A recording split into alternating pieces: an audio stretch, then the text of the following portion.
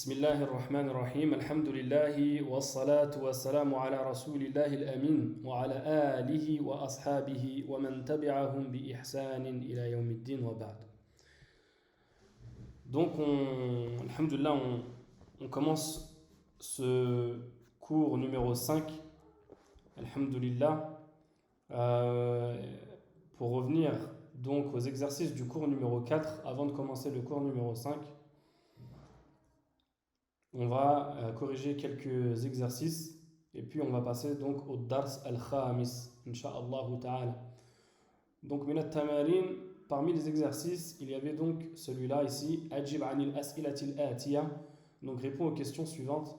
Et ici, c'était des questions qui étaient, comment dire, d'ordre personnel et qui étaient en référence avec le dialogue d'avant. D'accord? Donc ici, min aina anta, donc vous auriez pu dire par exemple, ana min al-hindi par exemple, ou alors ana min al-Jazair si vous êtes algérien, ou ana min Faransa si vous êtes de France, ana min al-Maghribi si vous êtes du Maroc, ana min al-Sénégali si vous êtes du Sénégal. D'accord? Ana min al-Mali si vous êtes du Mali, et ainsi de suite. Taïb. Al-Jumlatu thaniya, la deuxième phrase, A anta min al-Philippines, est-ce que tu es des Philippines? Donc là, ici, là, par exemple, là, ana mina, et puis ensuite votre pays, ou alors na'am, ana min al-Philippines. Troisième question, Man min as-Sin, qui est de Chine? D'accord? Et là, ils font référence au texte d'avant. Et donc ici, on a Ammar qui est de Chine.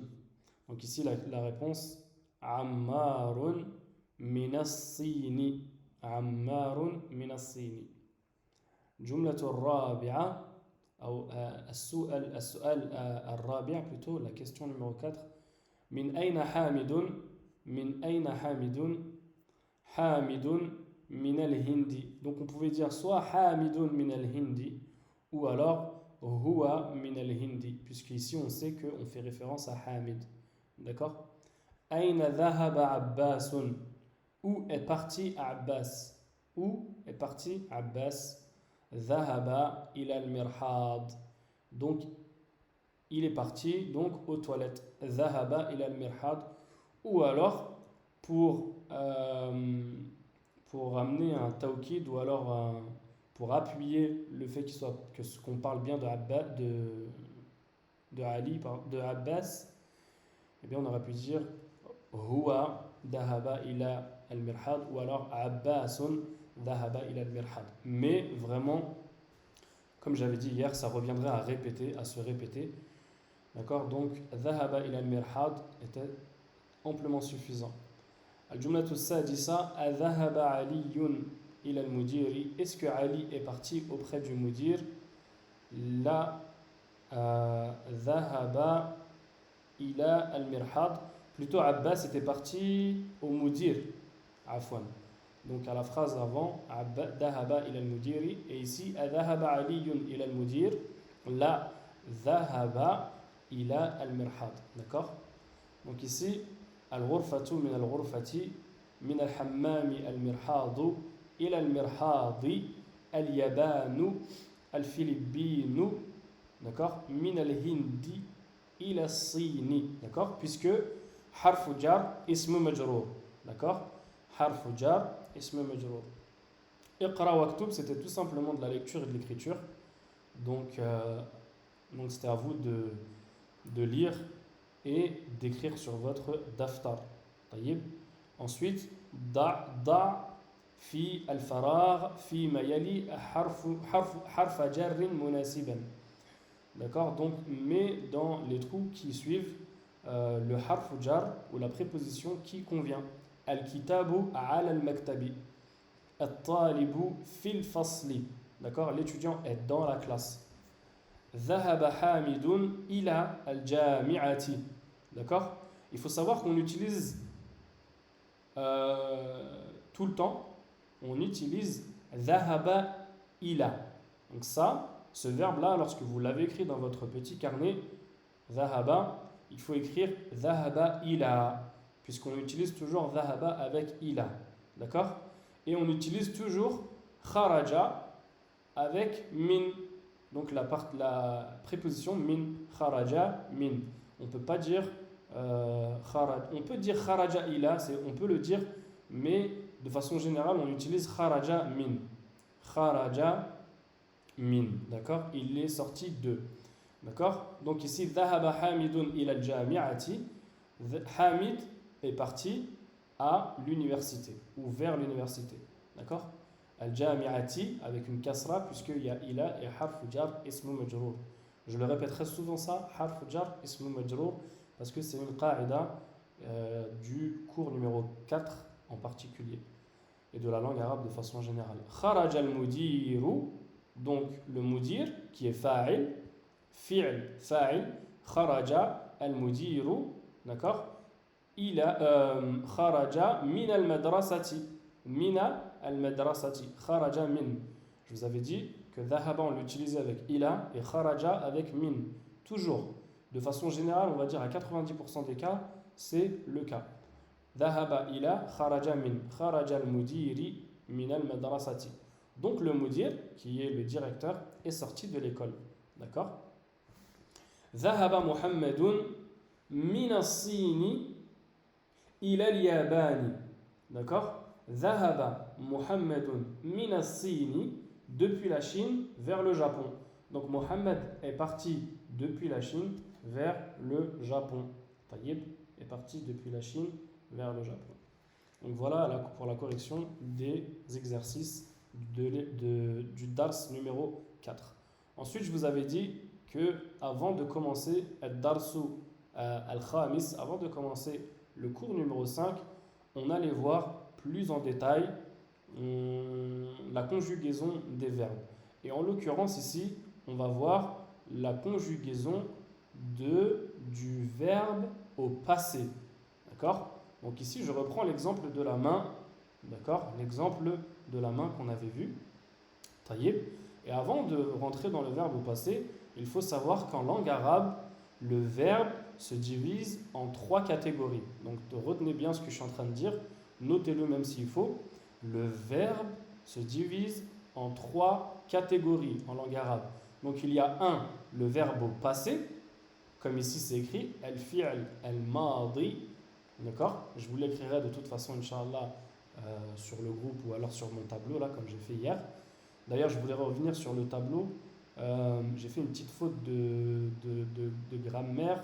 Je n'ai pas accès à la photo tout de suite, mais lorsque j'ai écrit jumlatu ismiya, j'ai écrit un jumla avec une seule damma et pas deux damma, alors que le mot était nakira. D'ailleurs, personne ne me l'a rappelé. Le mot est nakira, et quand il est nakira et qu'il n'y a pas de alif wal lam, eh bien, il y a un tanwin. D'accord? Donc, il fallait rajouter le tanwin. Petite faute d'inattention de ma part, je m'en excuse. Donc, je reviens ici au verbe. Le verbe est divisé en 3 catégories en langue arabe. Donc, la première catégorie, c'est le verbe au passé. Al-fi'l al-madi. D'accord? La deuxième catégorie, c'est le verbe au présent. Al-fi'l al-mudari'. Je vous l'écrirai, Inch'Allah, dans le groupe. Et la troisième catégorie, c'est le verbe à l'impératif. Donc, al-fi'l al-amr. Fi'lu al-amr. D'accord? À l'impératif. Et c'est tout. Il n'y a pas, comme en français, plus de 15 différents temps. Le conditionnel, le passé composé, le ci, le ça. Il n'y a pas tout ça en langue arabe. Il y a tout simplement 3 verbes. Al-madi, al-mudari' et al-amr. D'accord? Le passé, le présent et l'impératif. D'accord? Maintenant, vous allez me dire, mais comment on fait pour le futur, par exemple? Eh bien, pour le futur, c'est tout simple. On rajoute un sin juste avant le verbe au présent. On rajoute un sin, un sa, juste avant le verbe au présent. Ou alors, si le futur est un petit peu plus loin, un futur lointain, eh bien, on va rajouter un saufa juste avant le verbe au présent. D'accord? Et puis après, il y a d'autres façons de comment dire, de jouer avec les temps pour pouvoir obtenir de l'imparfait, par exemple. On peut utiliser le verbe kana et on verra ça plus tard, Inch'Allah. Mais de façon générale, ici, la langue arabe est divisée en trois catégories. Al-Madi, que l'on va étudier aujourd'hui, Al-Mudari', qui est le présent, qu'on étudiera plus tard, Inch'Allah, et Al-Amr, qui est l'impératif.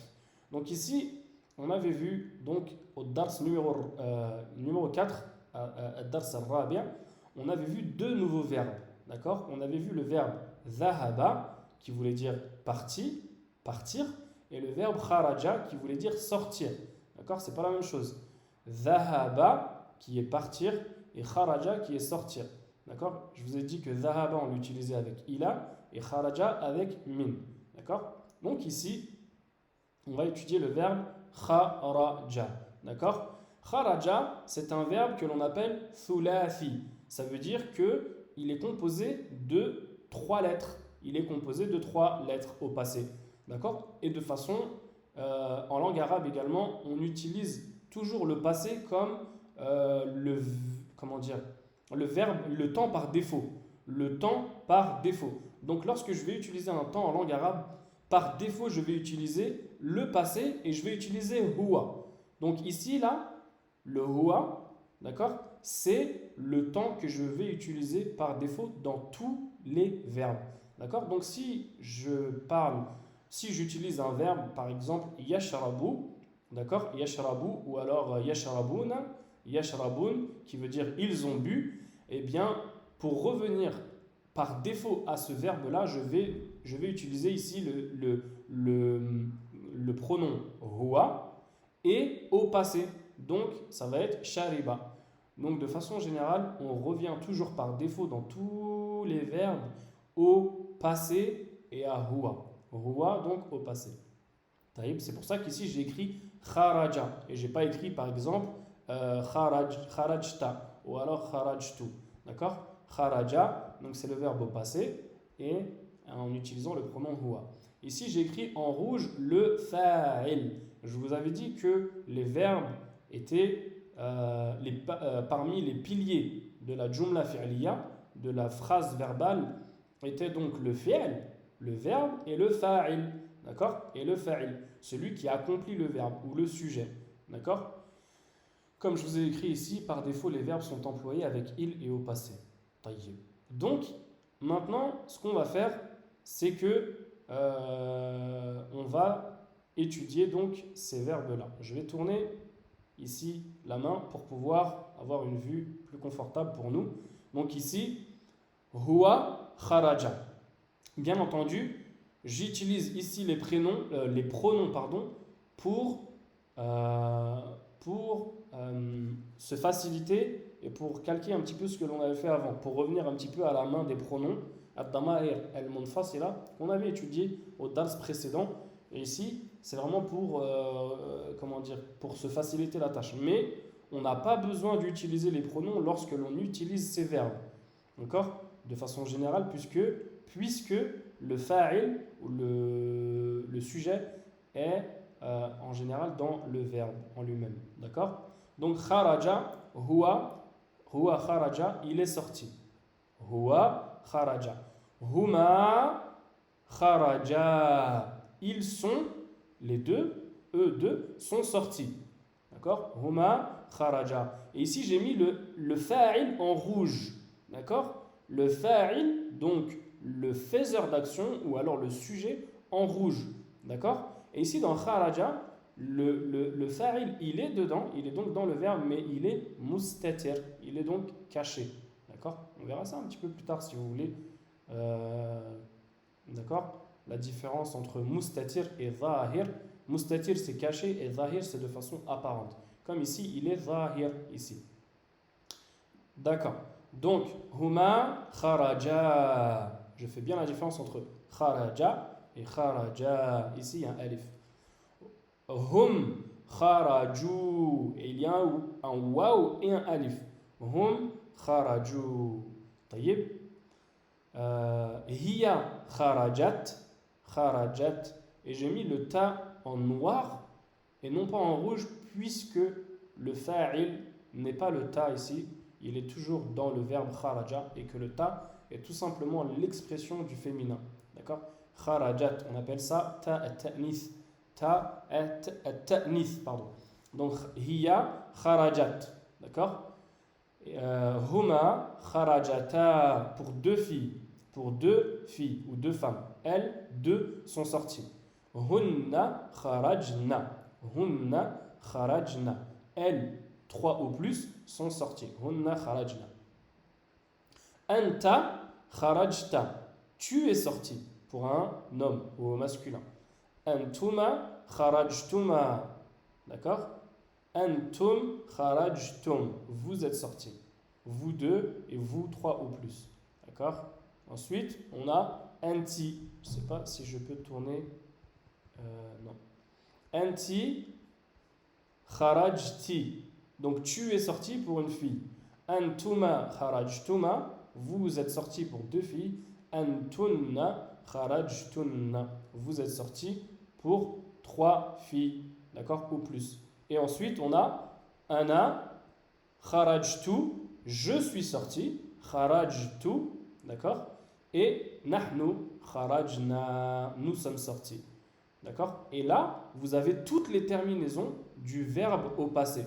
Et vous pouvez adapter ce tableau ici ou cette main pour chaque verbe au passé que vous pouvez rencontrer dans votre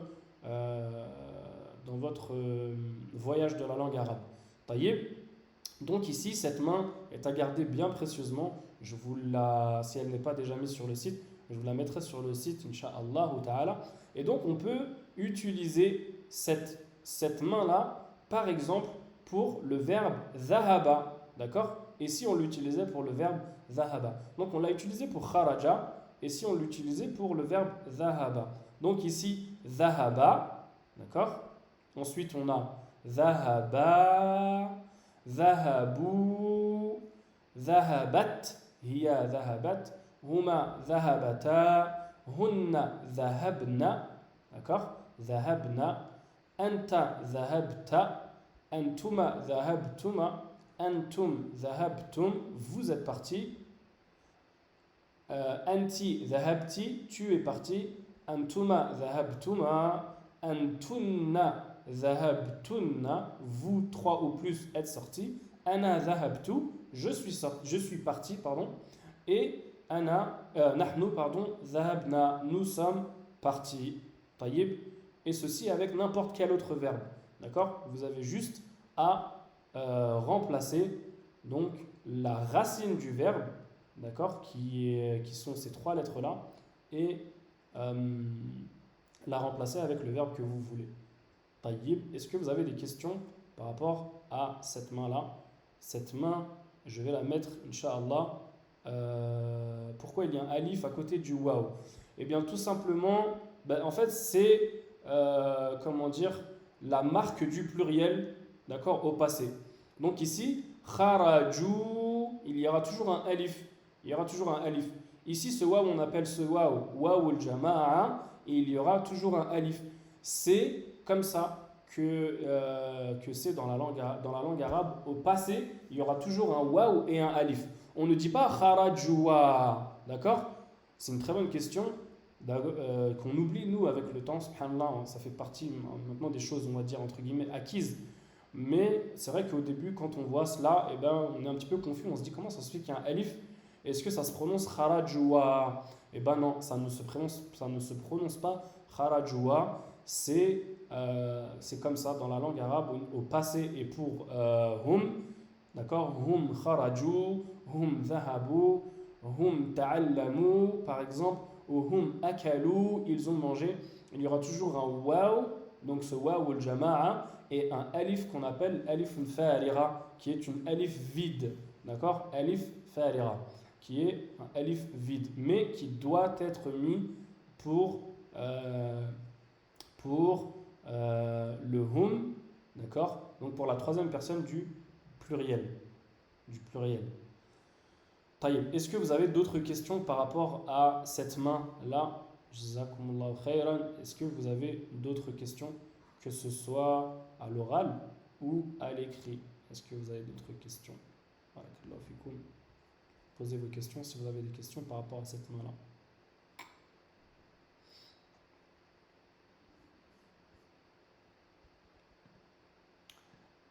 Donc, laysa indakum su'al.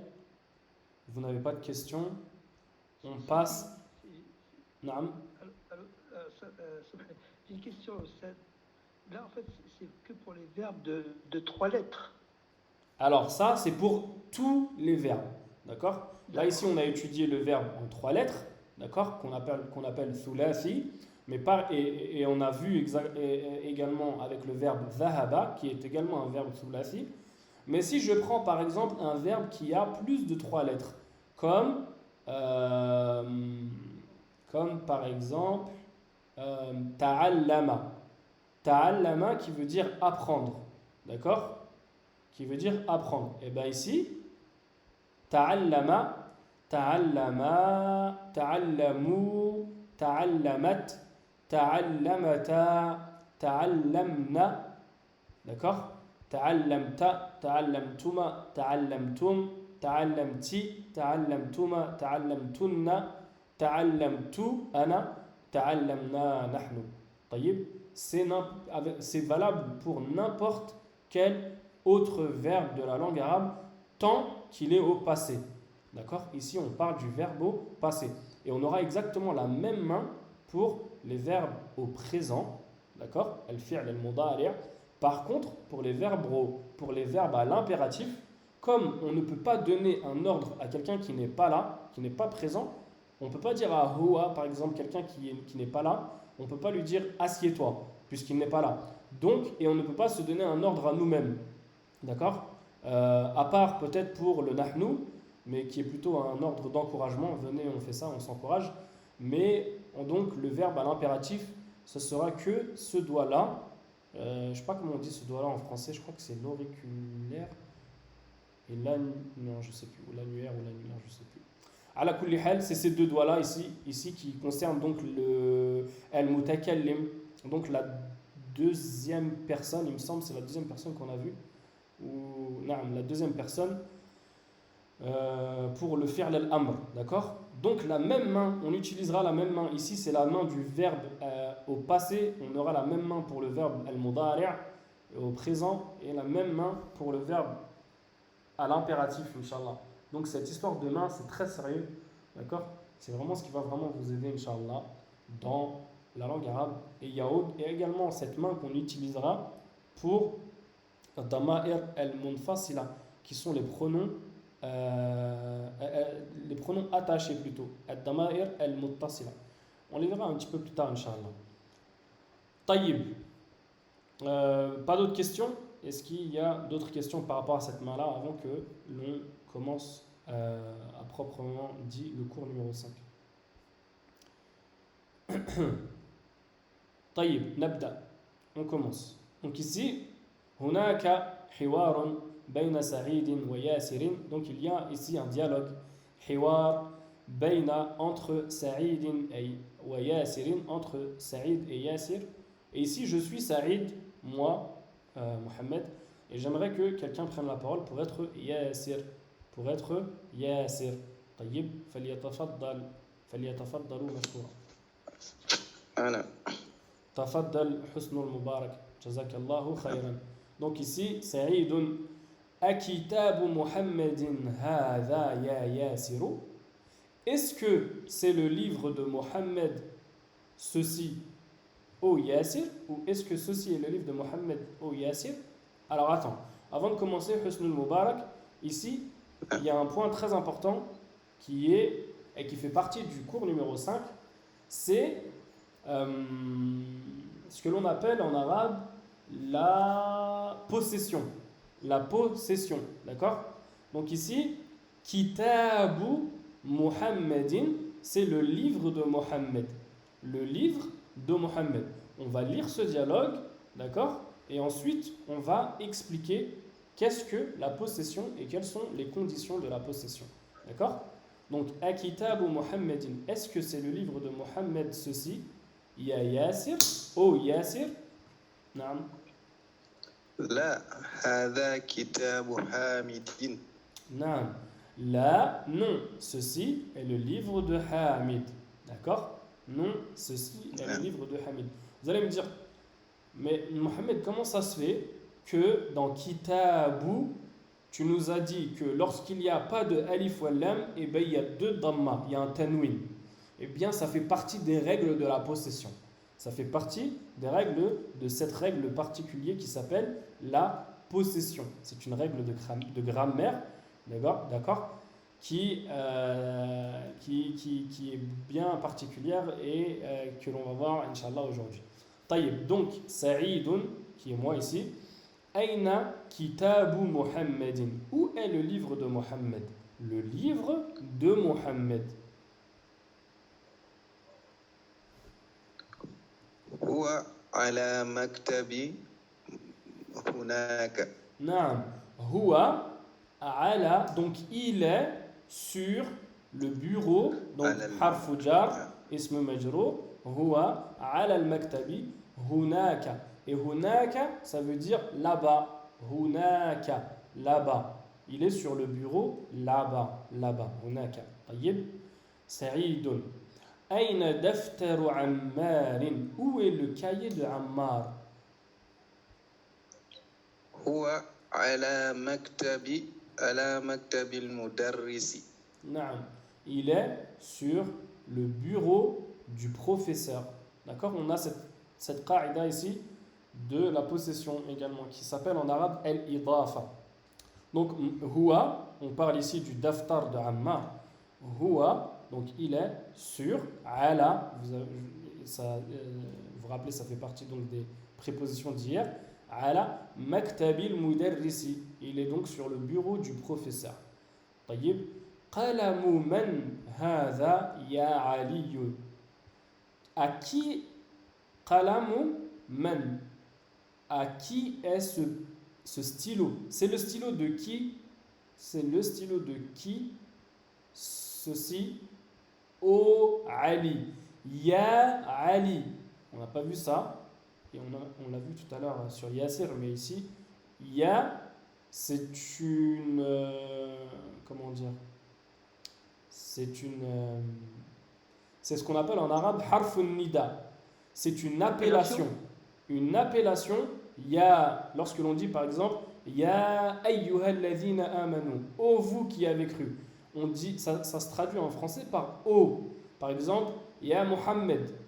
Quand tu marches dans la rue et que je t'appelle, par exemple, Ya Muhammad, Ya Zainab, Ya Fatima. D'accord? Ce Ya ici, c'est l'appellation.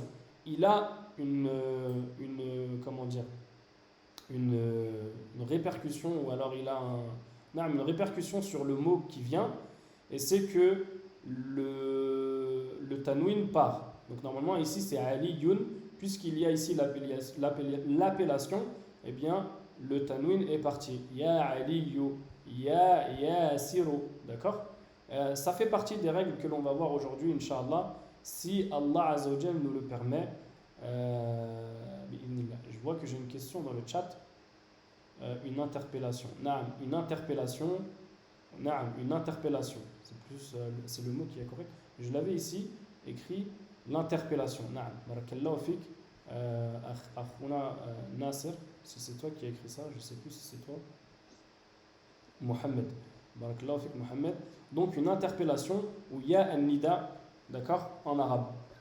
Tayyib. Ali.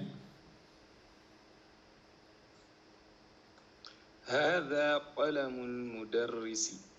Naam. Ceci est le stylo du professeur. Saïd. Aina haqibatul mudarrisi. Où est le sac haqiba, le sac du professeur? Ali. هي تحت المكتب.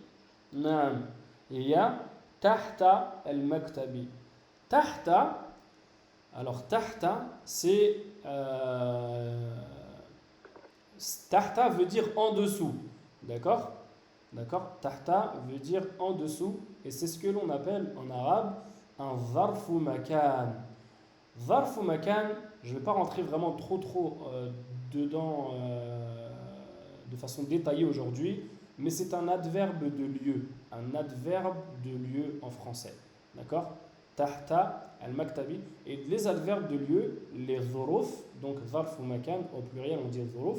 Il y a plusieurs zarf, il y a zarf ou makan et zarf ou zaman. D'accord? Il y a des adverbes de lieu et des adverbes de temps. En l'occurrence ici, en langue française, c'est comment dire, c'est traduisible. Les deux se traduisent de façon parfaite. Ou alors on a les équivalents en français, adverbe de lieu et adverbe de temps. Et donc après un adverbe de lieu ou de temps, le mot devient majrour. Le mot devient majrour. Donc ici, ce n'est pas un harf ou jar, d'accord? C'est un adverbe, donc un zarf ou makan, mais le mot qui suit est ismu majrour. Ismu majrour. D'accord? Donc le ismu majrour n'est pas spécifique, d'accord? Il n'est pas consacré que au harf ou jar. Il est également utilisé pour les adverbes, d'accord? Les adverbes. En l'occurrence ici, tahta, qui veut dire en dessous. Donc hiya, on parle du haqiba. Hiya, elle est, le haqiba c'est féminin en arabe. Haqiba c'est le sac ou le cartable. Elle est en dessous du bureau. Hiya, tahta, al-maktabi. Donc ici il y a une kasra sur le bas. Tahta al-maktabi.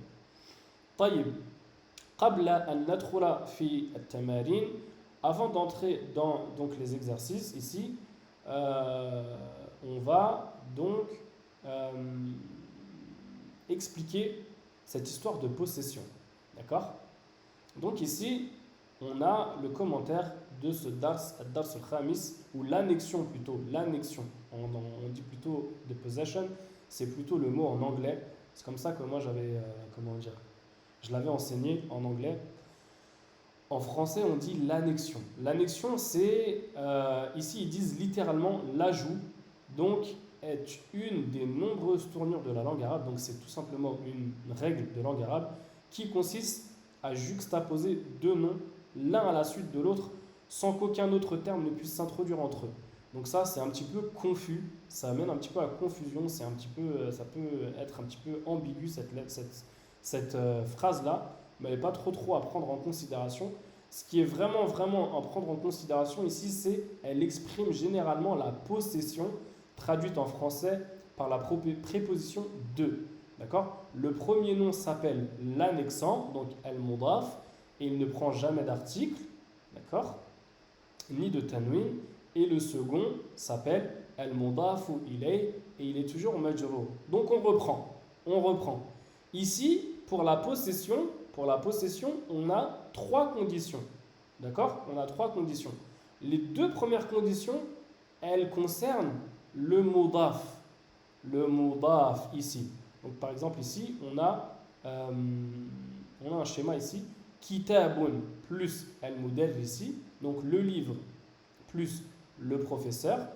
D'accord? On voit bien que le mudarris ici, il est marfour, devient Kitabul mudarrisi. D'accord? Et donc ici, on a dit que les deux conditions concernaient le mudaf. Donc le premier mot, le mudaf c'est l'annexant. C'est comme ça qu'ils traduisent ici. L'annexant. Donc l'annexant c'est le livre ici. Kitabu. Et donc les deux conditions de al-mudaf, de l'annexant, pardon, c'est qu'il ne prend jamais de alif ou lam. Ici, vous ne verrez jamais un alif ou lam sur un mudaf. Et il ne prend jamais de tanwin. Donc, pas de alif ou lam et pas de tanwin pour l'annexant. Ça, c'est les deux conditions du mudaf, de l'annexant. Quant à l'annexé, donc ici, al-mudafu ilay, eh bien, sa condition à lui, c'est qu'il sera toujours majrourun, comme c'est écrit ici. Majrourun, al-mudarrisi. D'accord? Par contre, lui, l'annexé, il est possible qu'il ait un alif ou lam ou pas. D'accord? Ça dépend si on veut l'utiliser et si le mot que l'on emploie est nakira indéterminé ou ma'rifa déterminé. Par exemple, on aurait très bien pu dire Kitabu mudarrisin, le livre des professeurs. mais on n'a pas spécifié de quel professeur on parlait. D'accord? Kitab ou mudarris, d'un professeur plutôt. Le livre d'un professeur. On n'a pas spécifié de quel professeur on parlait. Kitabu, kitabu par exemple, Kitabu al-Muallimi, le livre du professeur, ou alors Kitabul Masjidi, par exemple, le livre de la mosquée. Kitabul Masjidi, on aurait peut-être très bien pu dire Kitabu Masjidin, le livre d'une mosquée. Le livre d'une mosquée. Taïb. Est-ce que vous avez des questions par rapport à ça? Est-ce que c'est compris? Ici, en français, ce qu'il faut vraiment comprendre, c'est que c'est tout simplement, comment ils ont dit ici, l'annexion. Ou là, moi, j'aime bien utiliser ce mot, la possession. En plus, c'est un mot français, ici, ils l'utilisent. Donc, la possession, pour moi, c'est plus clair. C'est tout simplement le livre de quelqu'un. Ou alors, le livre par exemple, de la mosquée. C'est pas forcément attaché à quelqu'un, à un être doué de raison. D'accord? Mais il y a vraiment comment dire, cet esprit ou cet esprit d'annexion, de possession. Le téléphone de quelqu'un, la bouteille de quelqu'un, le livre de quelqu'un, le stylo de quelqu'un ou de quelque chose. Taïb, voilà comment est-ce que on utilise l'annexion ou la possession en langue arabe. Donc il y a ces deux conditions, pas de alif wal lam ni de tanwin pour l'annexant, al-mudaf, et majrour pour l'annexé, al-mudaf ilay. Mudaf, mudafu ilay. Mudafun, mudafun ilay. Et on appelle ça donc en arabe al-idafa. Al-idafa. Al-idafa. Est-ce que vous avez des questions par rapport à cette qaïda qui est al-idafa?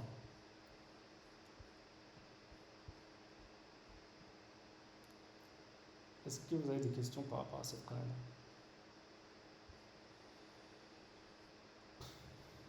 Taïb.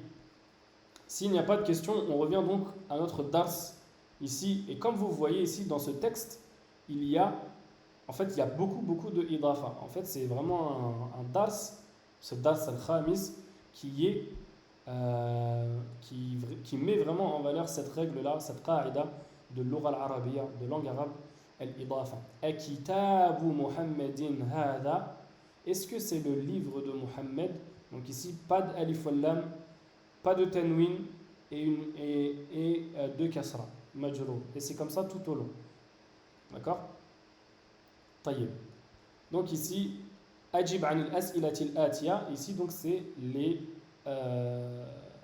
premier exercice. Aina kitabu Muhammadin, où est le livre de Muhammad? 2. Aina kitabu Ammarin, où est le livre de Ammar? 3. Aina haqibatul mudarrisi, où est le livre du professeur? À vous de répondre, Inch'Allah, dans votre cahier. Taïb. La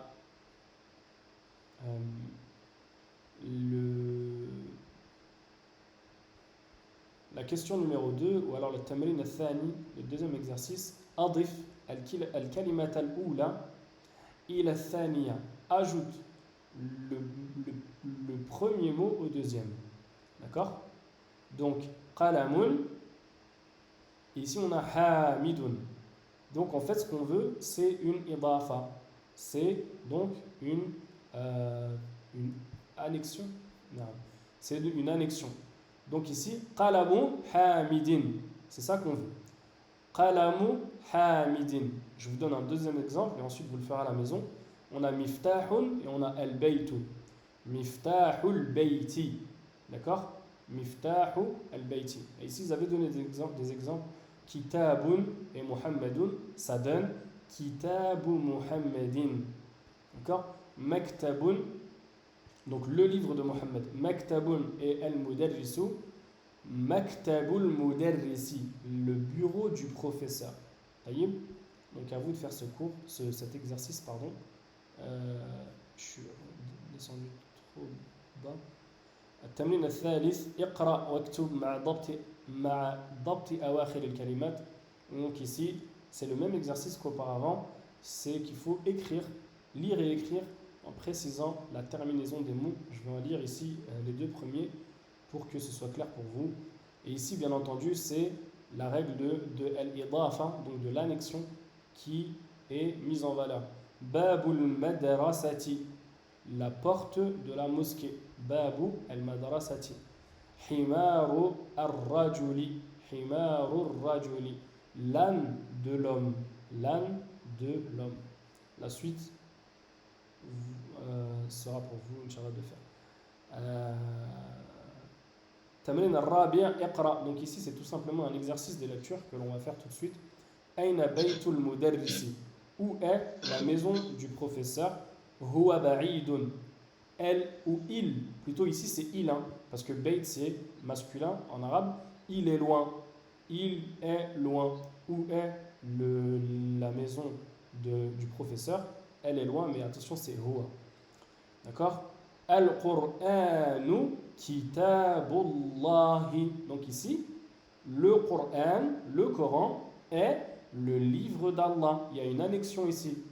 Il y a une idafa. Kitabu Allahi. Kitabullahi. D'accord? Le livre d'Allah. Le Coran est le livre d'Allah. Al-Qur'an. Naam.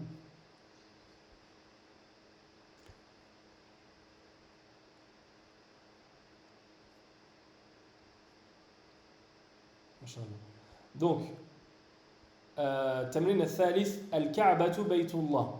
Al-Ka'batu, la Kaaba est la maison d'Allah. Attention, la Kaaba est la maison d'Allah. Les mosquées aussi sont les maisons d'Allah. On dit des mosquées et on dit des masajid de façon générale qu'elles sont les maisons d'Allah Azza wa Jal. Là où Allah Azza wa Jal est mentionné. D'accord? Là où Allah Azza wa Jal est mentionné le plus. Al-Ka'batu Baytullah. Muhammadun sallallahu alayhi wa sallam, Rasulullah est le messager d'Allah. Muhammad, qu'Allah Azza wa Jal prie sur lui, sallallahu alayhi wa sallama. D'accord? Rasulu Allah est le messager d'Allah. Le messager d'Allah. Rasulullah. 5. خرج المدرس من غرفة المدير. Donc ici, le mudarris, le professeur, est sorti de la chambre du mudir. La chambre du mudir. Min ghurfati al-mudir, ou de la pièce du mudir plutôt. Ici, dans ce sens, ça serait plutôt la pièce du mudir. La pièce du mudir, donc la pièce du directeur. La pièce du directeur. Ghurfatul mudiri idafa. Il y a une idafa ici. Ghurfatu al-mudiri. طيب. هذا بيت حامد وذلك بيت خالد. Ceci est la maison de Hamid. Idafa. Ici, on a un mubtada, mudaf ilay. D'accord? On a le waw qui est harfu atf. ذلك بيت خالد وذلك بيت خالد pardon. بيت خالد qui est donc également mudaf ilayh. طيب. Ibn Ammar, le fils de Ammar, talibun, est un étudiant. Le fils de Ammar, talibun, est un étudiant. Wabnu Yasirin tajirun, et le fils de Yasir est un marchand ou un commerçant. طيب. Baytul mudarrisi ba'idun, la maison du professeur est loin. Baytul mudarrisi mudaf ilay, et tout ça c'est le mubtada. Baytul mudarrisi, tout ça c'est le mubtada. Et ba'idun qui est le khabar. D'accord? Baytul mudarrisi ba'idun, la maison du professeur est loin. Wa baytul tajiri qaribun, et la maison du marchand, et la maison du marchand est proche. Baytu at-tajiri, donc ici mudaf ilay. طيب. qaribun est proche. هذا مفتاح السيارة, ceci est la clé de la voiture. مفتاح السيارة. أين مفتاح البيت, où est la clé de la maison. Aina miftahul bayti. Man anta ya walad, ya waladu. Man anta ya waladu. Qui es-tu, ô garçon? Ô garçon ou ô enfant. Taïb. Ana ibnu Abbasin. Je suis le fils de Abbas. Je suis le fils de Abbas. Wabnu man huwa. Et il est le fils de qui, lui? D'accord? Et il est le fils de qui, lui? Wabnu man huwa. Et fils de qui est-il? Et de qui il est le fils, celui-là? Wabnu man huwa. Huwa ibn Khalidin. Huwa ibn Khalidin, c'est le fils de Khalid. Il est le fils de Khalid, pardon. Il est le fils de Khalid. Ibn Khalidin, mudaf ilayh. طيب. أين مسجد رسول الله أين مسجد رسول الله صلى الله عليه وسلم. Où est la mosquée du prophète sallallahu alayhi wa sallam? Ici, dans cette phrase, il y a deux idafa et qui sont superposées l'une à l'autre. Aina, donc où est? Masjidu Rasuli Allahi. Donc ici, on a mudaf, masjid, on a Rasul, qui est donc mudafun ilay de masjid, mais qui est lui aussi mudaf de Allah, lafzul jalala. Donc, aina masjidu Rasuli Allahi. Rasulillahi sallallahu alayhi wa sallam. D'accord? Huwa fil madinati al-munawwarati. Elle est, donc la mosquée, on parle de la mosquée. Huwa fi al-madinati, donc harf jar, ism majrur, al-munawwarati. Donc, Madina al-munawwara, c'est un nom qu'on donne à al-Madina. Al-Madina al-munawwara, qui veut dire la ville éclairée. Al-Munawwara, qui veut dire éclairée, la ville éclairée. Un petit point bénéfique, même si il est quelle heure? Il est déjà la nuit, donc on va sûrement pas finir ce cours aujourd'hui, puisqu'il reste encore quelques exercices. C'est pas grave, alhamdulillah, je préfère passer plus de temps, même si on ne finit pas pendant le mois, à la fin du mois de Ramadan. Je préfère passer plus de temps et faire en sorte que vous ayez bien compris. C'est vraiment le but. Le but, c'est de comprendre, c'est pas de finir. Le but, c'est vraiment de comprendre et pas de finir. Même si on ne finit pas pendant le mois de Ramadan, à la fin du mois de Ramadan comme c'était prévu, mais c'est pas grave. Alhamdulillah, on aura après le mois de Ramadan pour finir. Alhamdulillah, c'est pas du tout grave. Donc moi, je veux vraiment que vous compreniez plutôt qu'on aille vite. Donc ici, un point bénéfique que je voudrais souligner, c'est que lorsqu'on a le mot Allah, d'accord, qui est Allah Azza wa Jal, lafzul jalala, notre Seigneur, et lorsque le mot Allah Azza wa Jal, Allah est suivi d'une kasra, eh bien on dit le mot Allah la, d'accord. Aina masjidu, donc ici on a une damma, rasuli, et il y a une kasra ici sur le rasoul. Eh bien, on ne va pas dire Rasulillah, on dit Rasulillah. D'accord? J'avais déjà vu cette qa'ida avec un nombre des anciens étudiants qui sont peut-être ici, dans ce groupe-là, ici, aujourd'hui. Et donc, ce que j'avais dit que lorsqu'on a le mot Allah, lafzul jalala, qui est précédé d'une kasra, eh bien, on dit la. Mais lorsqu'il est précédé d'une damma ou d'une fatha, eh bien, on dit la. D'accord? Et donc le mot Allah, on le dit, lorsque je le dis de cette façon-là, Allah, eh bien il est mufakhama. Le mot est dit d'une façon qui est mufakhama. Allah, lafzul jalala. Et mufakhama, c'est d'une façon, je ne sais pas comment ils disent en français, il y a un mot spécial pour ça. Je vais chercher, Inch'Allah, et je vous le sortirai. Moi, j'avais dit de façon grave. D'accord? Et là, Rasulillah, c'est d'une façon qui est muraqqaqa, qui est d'une façon plus light ou plus légère. D'accord? Plus légère. Mais il y a un mot, ils ont un mot, je sais que ceux qui, qui enseignent la langue arabe, ils ont un mot bien spécifique pour ça, ceux qui enseignent la langue arabe en français, moi, la langue arabe, je l'ai apprise en arabe et pas du tout en français. Et puis par la suite en anglais. Donc il y a plein de mots comme ça, comme mufakhama et muraqqaqa, que je n'ai pas comment dire, en langue française. Mais si vous voulez, c'est de façon grave. Il y a un mot qu'ils utilisent avec la emphatique, je crois, je ne sais plus c'est quoi le mot. Donc de façon plus grave et de façon là qui est donc d'une façon plus légère. Rasulullahi, Rasulallahi et Rasulillah. D'accord? On dit Bismillah, on ne dit pas Bismillah. D'accord? On dit Subhana, parce qu'il y a une fatha, Subhanallah. D'accord? Subhanallah. Bismillah. Alhamdulillah. On ne dit pas Lillah. D'accord? Donc voilà, petit point bénéfique. Quand il y a une fatha, quand le mot Allah, lafzul jalala, est précédé d'une fatha ou d'une kasra, on l'utilise de façon mufakhama, qui est plus grave.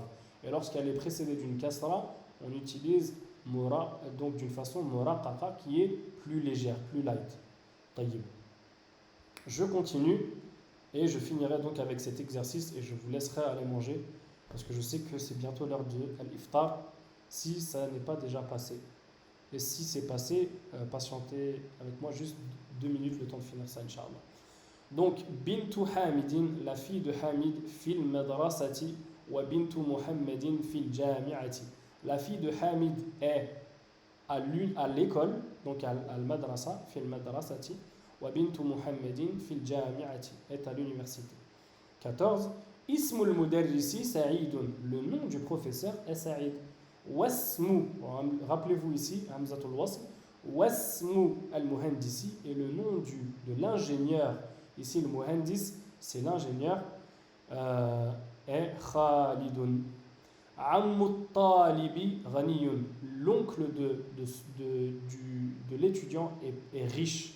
L'oncle de l'étudiant est riche. Ammu talibi ghaniyun. Babul masjidi maftuh, la porte de la mosquée est ouverte. Et la porte de la al-madrasa, de l'école, est fermée. Donc ici on a un mot et son contraire, maftuhun et mughlaqun, à noter dans vos cahiers, incha'Allah ta'ala. Khalu Hamidin, l'oncle maternel de Hamid. Et si vous voulez, on fera ça demain, incha'Allah.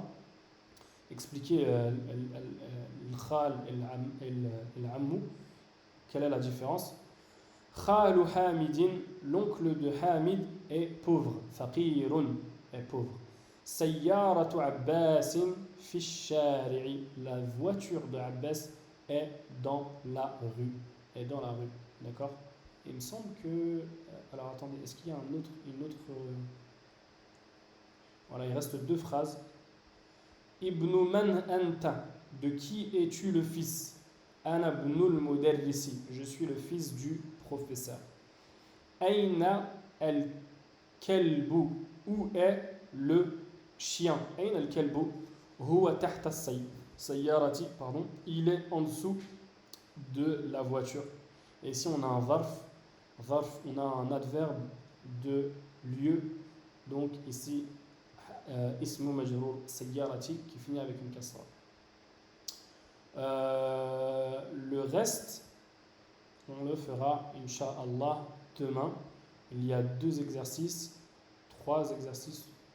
Il y a encore des exercices, Inch'Allah. On couvrira ça demain, Inch'Allah.